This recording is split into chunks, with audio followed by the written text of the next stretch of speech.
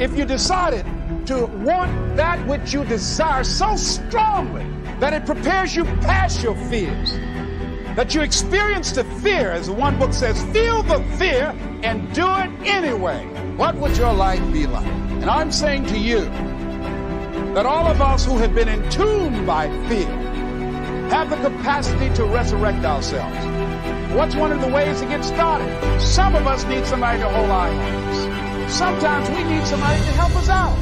Be willing to say, I don't know. Be willing to reach out. Be willing to get some assistance to take you to the next level. Of what great athlete? You never expect boxers to make profound statements.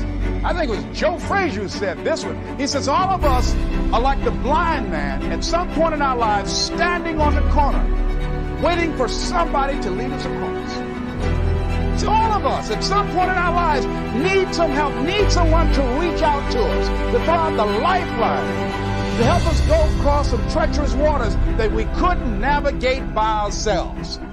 None of us do it by ourselves. All of us at some point in our lives. We need that kind of help. We need that kind of assistance because we grow from the people we have in our lives that can enrich our lives personally, professionally, spiritually, and all the dimensions of our lives. We don't grow in a vacuum. You just can't turn on passion. You can't just turn on the desire to execute a task. Look at yourself. Look at yourself and remind yourself why you are doing what you are doing. Remind yourself that this struggle, this temporary pain, this fight that you're in, this is what will make you stronger and faster and smarter and better. The elite performers look at time and use time completely differently than the people who perform at an average level.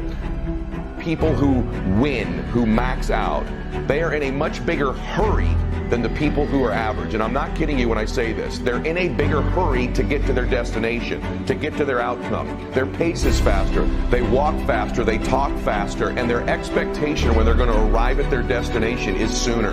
This may seem like a very small, subtle thing, but I want you to evaluate how big of a hurry are you in? Because there's something to be said about how close you think you are to a goal and how fast you will run to get to the finish line. The people that win in life don't necessarily have more vision than you. See, it's not a lack of vision always that means that you are going to lose. It's a lack of a type of vision, which is depth perception.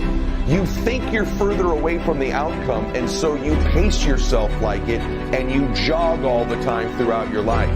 The people that win, they have a bigger vision, but they have accurate depth perception. They understand how close their goals are, how close their outcome is, and they're constantly in a sprint to get there throughout their day. That means consequently, they get started earlier and they finish later. They get up earlier.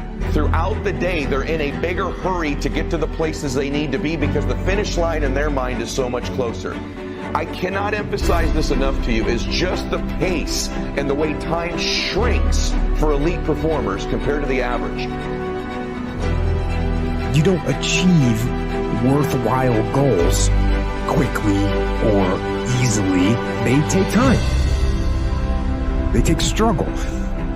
They take relentless pursuit day in and day out. That's what it takes.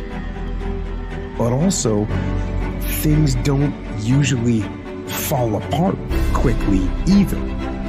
At least at first, it's a slow process. A little slip here, a little setback over there, a little wearing down of discipline and will over time. That's the thing. Success and failure are generally slow processes. Either slowly building things up or gradually tearing them down. And that's why I say you've got to pay attention. You have to watch. You have to watch every single second.